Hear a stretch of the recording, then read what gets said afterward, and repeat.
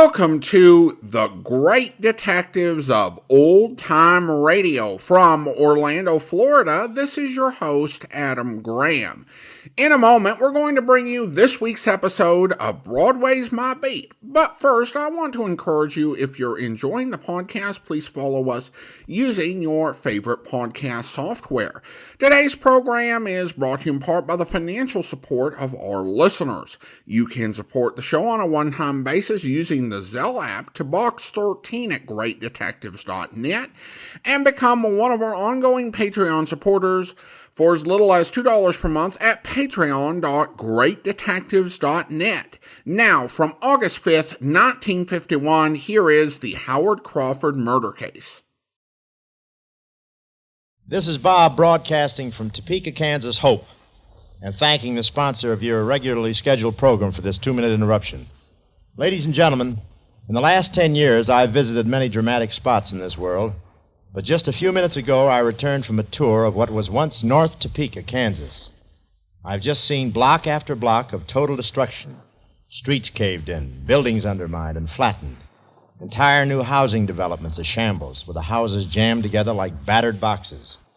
As we toured this sickening area, I thought of the heroics that must have accompanied this disaster as it happened. The emergency operations of the Red Cross, Salvation Army, Air Force, Coast Guard, veterans organizations, and the thousands of civilian volunteers, all striving to hold this hungry Kaw River within its banks. Then the complete frustration when it crashed into the streets. But the excitement of that time has passed. Today, it's a dismal task of dirty drudgery. Imagine the heartbreak of returning to what was once your home and finding 3 feet of dried mud on the front porch. After scraping and digging for hours, you finally get the door open only to find dried, drifted mud banked throughout the house with everything in it destroyed beyond repair. Countless are the heartbreaking stories of human despair this great flood of 1951 has written. But you and I, neighbors of these Kaw Valley folks of Kansas, can help. And I mean help with dimes and dollars. The Red Cross and other agencies have done a magnificent job, taking emergency care of 10,000 to 15,000 refugees, and they're still doing great work in helping the needy with rehabilitation. But that's a far cry from the tremendous job that lies ahead. In Topeka alone, the loss is $100 million. That amounts to $1,000 for each and every person in this city. I'm appealing to that great heart that has made America. It's never failed before. Won't you send your contribution, large or small, to Flood, Topeka, Kansas? That's all the address you need. Flood, Topeka, Kansas. And join me, Bob Hope, in bringing new hope to thousands of unfortunate American folks. Thank you. The William Wrigley Company has donated the time for this message from Bob Hope. Now, after a short pause, we switch to Hollywood for your regular program, Broadway is My Beat.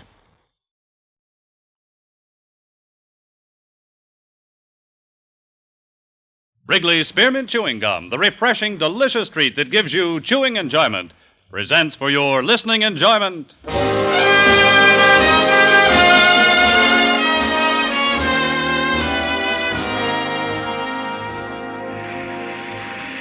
Broadway's My Beat, from Times Square to Columbus Circle, the gaudiest, the most violent, the lonesomest mile in the world.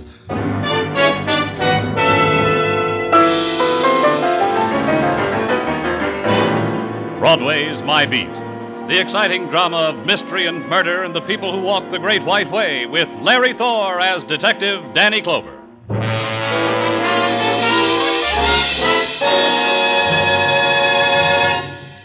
For refreshment while you work, for enjoyment any time, chew a stick of Wrigley Spearmint Gum.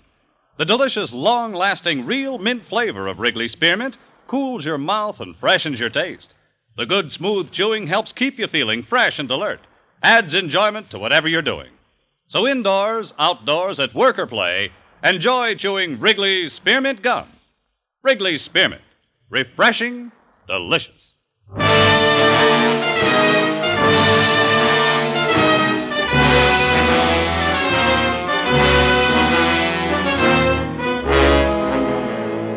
When the summer becomes August, Broadway pauses for a while, considers what happened to the springtime dreams to be fulfilled in the middle of July at the very latest. And what of the blonde on last month's snapshots, the one with sunny legs, the one you tried with poetry and she touched your cheek, the the fawn of Camp Nevercare, jewel of the Catskills. She's back in the Bronx shoe store, kid, and the last time you walked by, she didn't look so good. And walk the streets furious with people and heat, and feel your throat tighten when it suddenly comes to you. Another summer's rushing away. Maybe next year, kid. Maybe.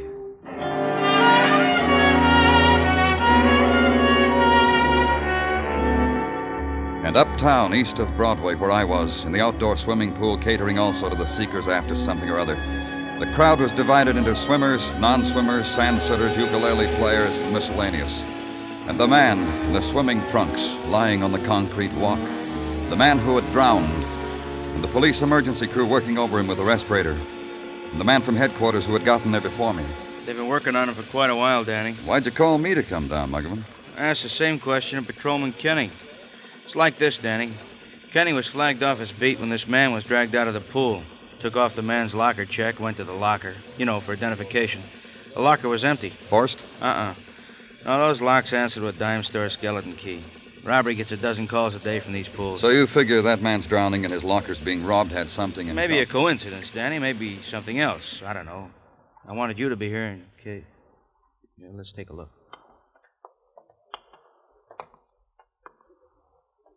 One of you men call the morgue. A lifeguard who pulled him out is that one, Danny. You want to talk to him? Uh-huh. I'm from the police, Danny Clover. Russ Gavey. What happened here? Well, I was on my stand. Him, he started to yell. I went in after him. How'd you get those scratches on your shoulder? He fought me. Had to take him under to break his hold, and when he stopped struggling, I got him out. By that time, he needed artificial respiration. I gave it to him until your men came. All right. Did Detective Muggavan here tell you this man's clothes are gone, that it's going to be pretty difficult to identify him now? Yeah, he told me. Any ideas about it? Nope. Okay, Russ.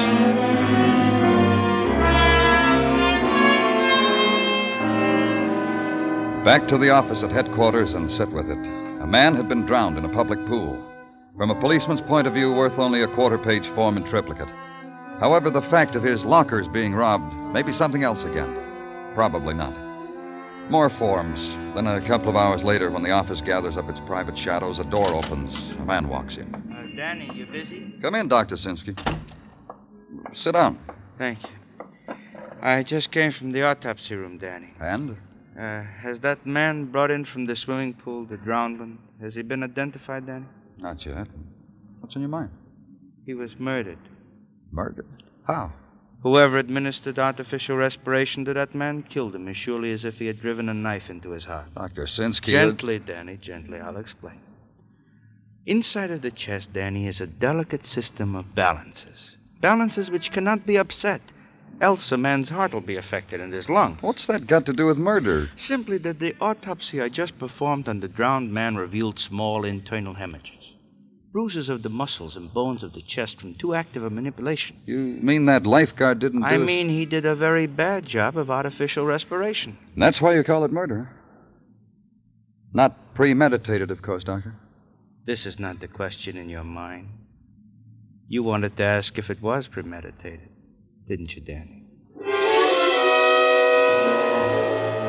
And let the question take over the room. Add the weight of its violence to the oppressive night heat, the stifling remembrance of other such questions, posed in the same room, quietly, fearfully. Because a policeman, too, reacts to the touch of death. It fills the room, and against its pressure, you lift the phone, make the call to the Department of Public Works, have them check personnel files, come up with an address for Russ Gavey, lifeguard. Go there to the hall bedroom furnished in the style of brownstone, East 20s. Find it empty of Russ Gavey. Be told on the way out by the woman spread wide on the stoop you should have asked before. Russ was across the street in the park, on that bench, fighting for his share of the night air. Walk up to Russ. Let him chew the last fiber of a matchstick. Yeah, I'm taking my well-earned rest. You want to help, Mr. Clover? Sure. Mind if I sit down, Russ? Yeah, sit down. You were almost a hero today, Russ. You're kidding. That's how I make my daily summer bread, $50 a week. Ogle a girl, save a life. How long you been a lifeguard, Russ?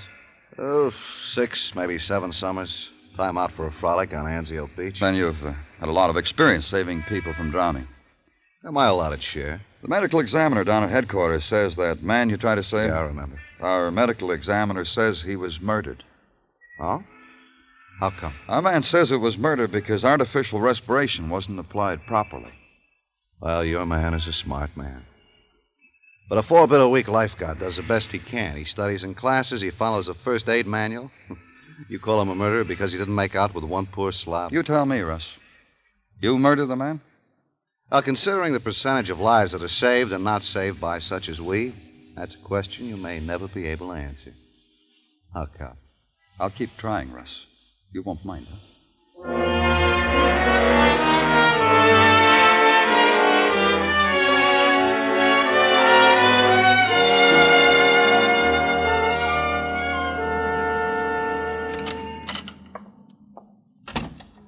Danny, why don't you never turn on a light? You sit like this in the dark by yourself. I got one of the Tartaglia kids to home does the same thing. You both make me feel the same way. You've got your problems, haven't you, Gina? I could do without them. You in the mood, Danny? Sure, for whatever. What have you got? Nothing. No progress on identification of the drowned man. No progress on a connection between him and that lifeguard, Russ Gaby. Reports on Gaby state he is looked up to at the pool by girls and lady-sized swimmers. Occasionally, he buys for one or the other a beer at the concession stand.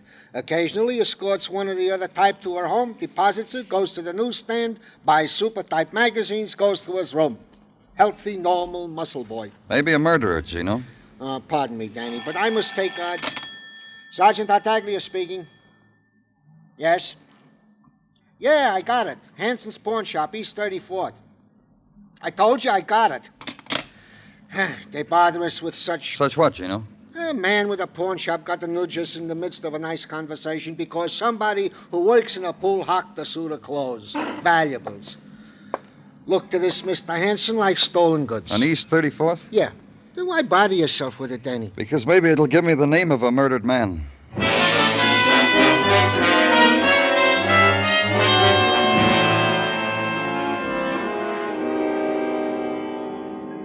You might ask me why I called the police, Mr. Clover, after so many months of abstemiously staying away from you fellas. All right, Mr. Hanson. Why? Because there was something fishy about it this time. This suit, this watch, ring, money clip was brought me by a boy who's an attendant at a public pool. Pool on Upper Broadway? Inevitably, that pool where that unidentified man was drowned, his things stolen. You read about it, of course. Who brought these to you? A boy. Know him well. I've had dealings with him intermittently. Who's the boy? Bobby Kent. He's got a room in one of those crates on East 37th, 1654 East 37th. Just ask for Bobby. We all know him. And you think these things belong to the drowned man? The man was robbed where Bobby works, died where Bobby works. Bobby pawns things that obviously don't belong to him. What is there left for a decent man to think, Mr. Clover? Then the three walked to the languid summer night, the city-bound and the dream-bound people on the sandstone steps who find their delights in a pop bottle, or by taking possession of a star in the sky, or by cooling themselves with a fan, courtesy of Swanson's chicken fricassee. Past them and mind the kiddies at their nighttime play, the patter of little feet up an alley, and arrive at the address on 37th Street. And over one of the bells, see a name, Bobby Kent, apartment 3. And the sound you hear is the far-off thunder made of heat and air currents and stratosphere. And the lightning through the window at the end of the corridor lights up the number 3 on a door, briefly. Then again.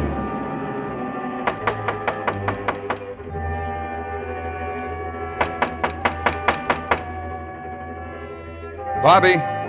Bobby Kent. This is the police, Bobby. Open up. I'm coming in, Bobby.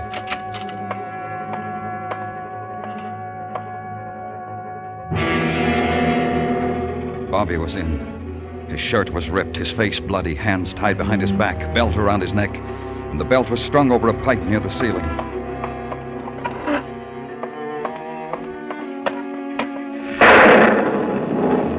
When I brought over a chair to stand on, there was lightning again, and the whole room was stark white for an instant. It took a while to get Bobby down, but it didn't matter. Bobby had been dead when I got there. Bobby had been murdered.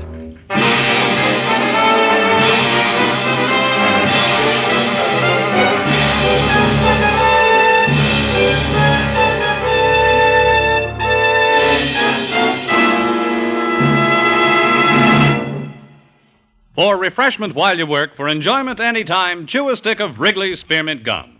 When your mouth feels dry, when you're warm or tired, Wrigley's Spearmint is really refreshing. The lively, full-bodied real mint flavor cools your mouth, moistens your throat, freshens your taste.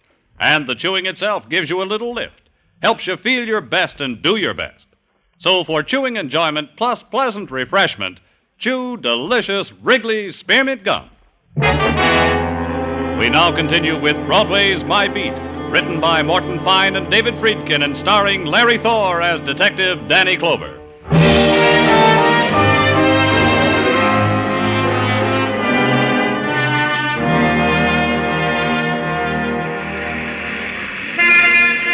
Broadway leans against a doorway, flips a coin, and makes odds on the 31 days of August. This month, kid, it'll come in. The filly in the third, the dreamboat, the oil on that little piece of property you leased in the Texas Badlands. Gotta come in. Otherwise, what have you been building, kid? Gotta come in. So you can indulge the whim of the hour, enjoy it, own it. All that neon, yours to turn on or off. That music of the dance calling to you from basement dance lands. Yours to play soft or loud, or cut off like that. Dance in dark and in stillness if you want.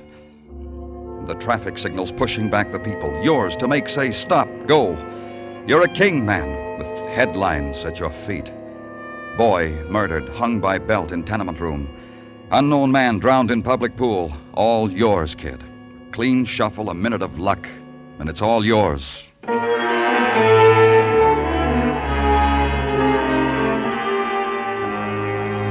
And the next morning at headquarters, consider your share of it. Yours and Detective Muggavan's. You still stick with that, Danny, that the man in the pool was murdered? Yeah. You don't like it? Oh, it's not that, Danny. It's only so many people drowned, so many can't be saved. You going to go back and call everyone that wasn't a murder victim? Russ Gavey is a trained lifeguard. He told me the man fought him, had to be pushed under. Happens that way sometimes, Danny. It could have been the other way around. It could have been Russ wanted the man dead. It could have been he fought the man, drowned him, finished him with his own brand of artificial respiration. Could have been. But where's the string that knots it, Danny? What connection That is kid there? that was hung, Bobby Kent, the attendant at the pool. That could be a connection. Because he stole a man's clothes out of a crummy locker? We're not even sure they belong to the drowned man. What do we know about them, Muggavan? Well, from the cleaner's marks, they belong to a man named Howard Crawford. Married. I checked his wife. Should be at the morgue to identify in a half hour. Would have come sooner, wanted to go out and buy a dress first. I let her. I'll go down and meet her. You get whatever you can on Bobby Kent. Friends, people he stole from, whoever wanted him I'm dead. working on it. But put a tail on Gavey. Every breath he breathes, I want to report. Got it. Anything else, Danny? Yeah. Why does a woman need a new dress to look at a dead man? I don't know. Ask her when you see her.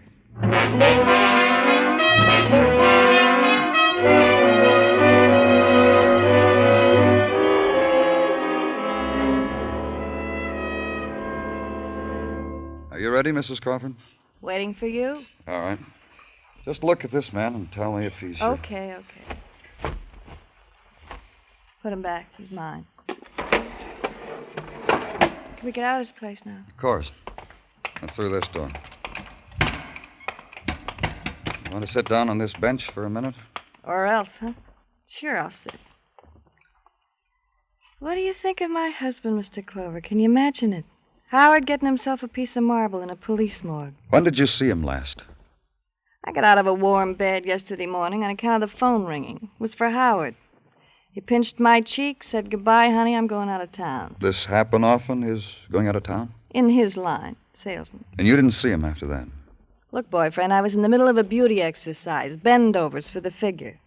I was grabbing my ankles, I looked back. There he was, going out of the house. Doesn't it seem strange to you that he didn't go out of town, that he was It's found? strange to me he's dead.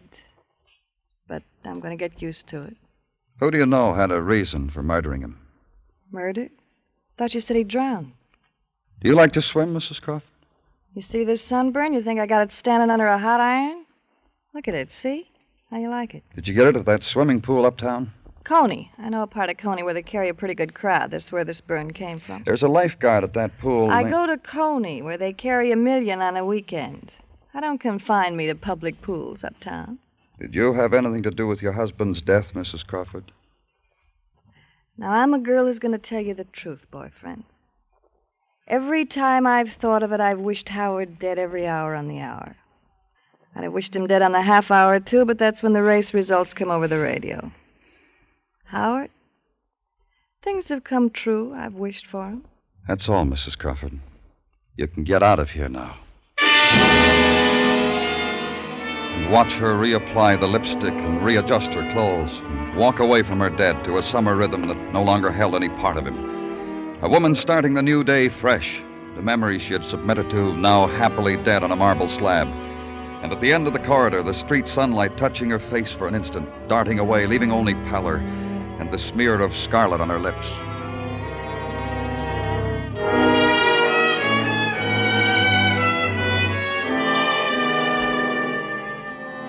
Back in the office, order a shadow for Mrs. Crawford. Then a telephone report from Muggavan. He had found a girl who was the girlfriend of Bobby Kent, a box office girl in an all-day, all-night movie on East 125th. Lucille Lang, on duty for the rest of the day and night. How many? Police, Miss Lang. Take back your badge. It don't buy you nothing. You were a friend of Bobby Kent's. Look, you want to lose me my job? All we want, Miss Lang, All is... you want is to mark me lousy with the management. A sweaty cop snooping around where I live. I know my girlfriend called me. Told me he had his nose in my affairs, asked questions. She had to tell him I was cozy with Bobby. All we want is something that'll give us Bobby's killer. Search me up and down, you won't find Bobby's killer. Then maybe someone who wanted him dead. All the kid ever did was steal a buck here and there. So he could make an impression on me, on my girlfriend. Boy has to die for that. He was a thief. Ain't everybody, kiddo, one way or another? To sweep out the locker room in a public pool, to empty the footbath, scrub 'em out. You think that's the end of the rainbow for a kid? Did you know about the clothes he stole from the pool? The watch, the ring, the money clip? Sure, I know. He told me. I even know about the $500 that was in the suit. 500. We were going to take it and go off to faraway places. But you know something, kiddo? What? Bobby's dead from hanging, and I'm cooped up in a cage. So I ain't gonna make it, am I?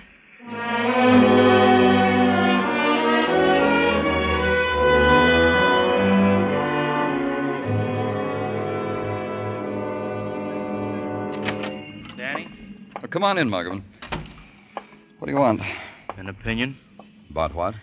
About how soon we should pick up Russ Gavey for the murder of Crawford and that pool attendant? If we pick him up, how long do you think we can hold him? A killer, Danny. How are you going to prove premeditated murder by artificial respiration? Now, maybe we shouldn't start from there, Danny. Maybe we should start from the attendant. Now, he killed Bobby Kent because Bobby stole the clothes. Because Bobby would learn that the clothes belonged to Howard Crawford. Bobby was a sneak thief. From there to blackmail him, one easy lesson. So we get back to Howard Crawford. You know what we need, Muggavan. Yeah, motive. We gotta find out why... Danny? We got something, Gino? Officer Ratchie just called from a gas station on Queens Highway. Mrs. Crawford just registered at the Ritz Lodge Motel about 10 miles out of the city. Thanks, Gino. Muggavan. Yeah, Danny. That shadow you got on Russ Gavey, get him off. I don't want him followed. All right. Where you going? To find out why a widow wanders far from home.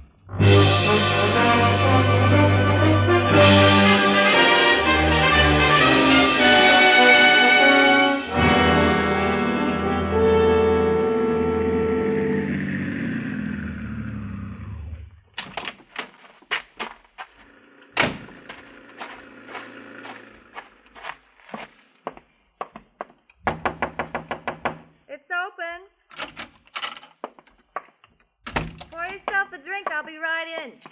I had my hair done. What do you see? Bought some new clothes. You'll like them.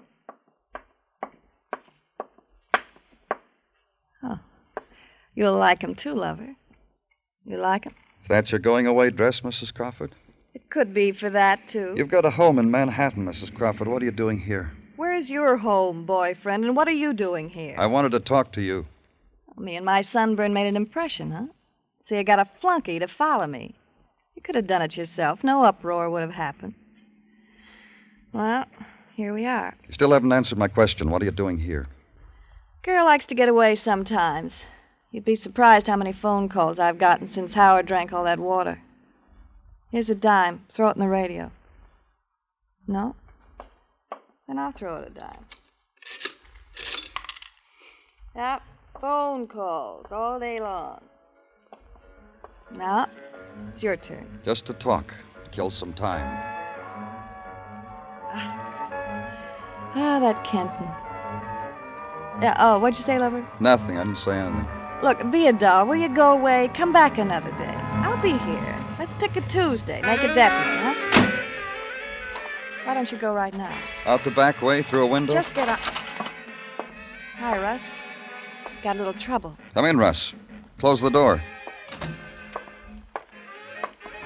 I'll bet the lady told you to get out of here, Mr. Clover. Uh-huh. You two know each other pretty well, don't you? Yeah, a swimming pool romance. I saw him in those California feet flippers, and it twisted my heart. You two planning on going away together? I only ask because the back of Russ's car is loaded with suitcases. We're going to get married in Maryland. Is there a law? Yes, there is. There's a whole section in the penal code about murder. Back to that, huh? I could have picked you up before, Russ, but I needed a motive. I had to find out why you murdered Howard Crawford. There she is. How did I kill him? By drowning him. You made sure the resuscitator squad wouldn't revive him. You crushed out whatever life there was in him. Listen to him, Edith. Yeah, listen. You killed Bobby Kent. He was a petty thief. He took the clothes you'd stolen from Crawford. Sooner or later, he'd put two and two together. Probably would have blackmailed you. You couldn't afford to let that happen. You ready, Edith? I'm ready. Only one thing, Russ. What? I'm a happy girl, Russ. I like to live happy. From just now on, you're going to be a burden. As long as Lover here's got you, I don't want you. Both of you. You're an accessory, Mrs. Crawford. Well, that changes things right away.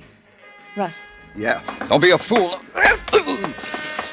Okay, your way, Russ. You'll never be the same.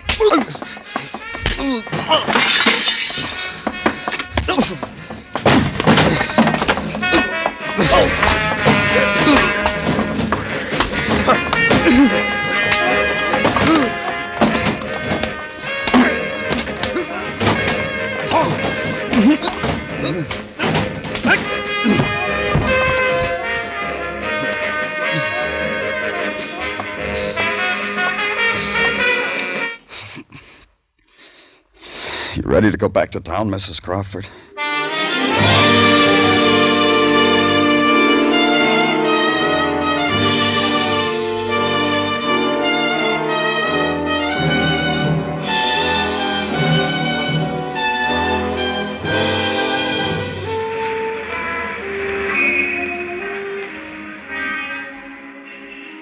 It's the time on Broadway when the crowd gives up, goes home. Then it's the street of the dim moonlight and the dark whispers, and the wind of the night, the wind that scatters everything. Yesterday's headlines, yesterday's dreams, yesterday's people. It's Broadway, the gaudiest, the most violent, the lonesomest mile in the world. Broadway, my beat.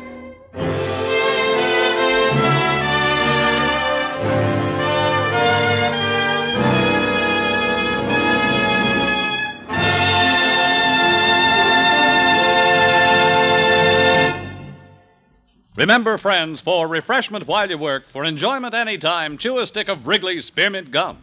There's lots of lively, real mint flavor in it to cool your mouth, freshen your taste, and sweeten your breath. And chewing Wrigley's Spearmint helps keep you fresh and alert. You feel better, work better, get more fun out of doing things. So indoors, outdoors, at work or play, always keep delicious Wrigley's Spearmint Chewing Gum handy. For refreshment while you work, for enjoyment anytime, chew a stick of Wrigley's Spearmint Gum.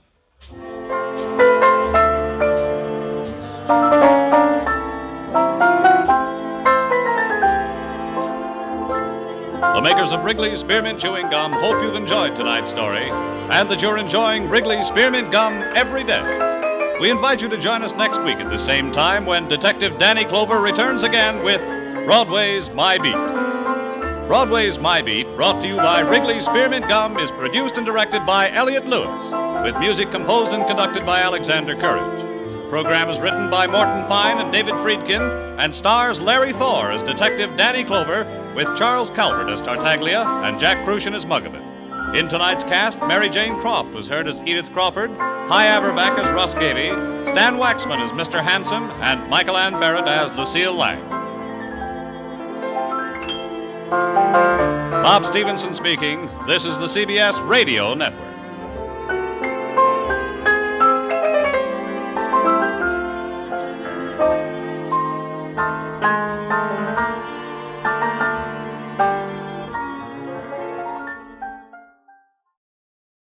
Welcome back. There's a few points here. First of all, it's been a couple years, but I think we played a Dangerous Assignment episode that talked about this, but it's worth talking about again.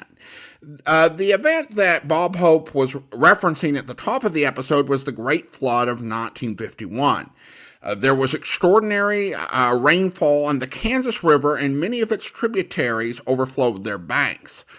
July 13th, 1951 was labeled as Black Friday by the locals, with local flooding reaching a level that hadn't been seen since the Great Flood of 1844. There were more than 25,000 people displaced, and homes, neighborhoods, and businesses dealing with ruins and debris. And so that's what motivated the appeal.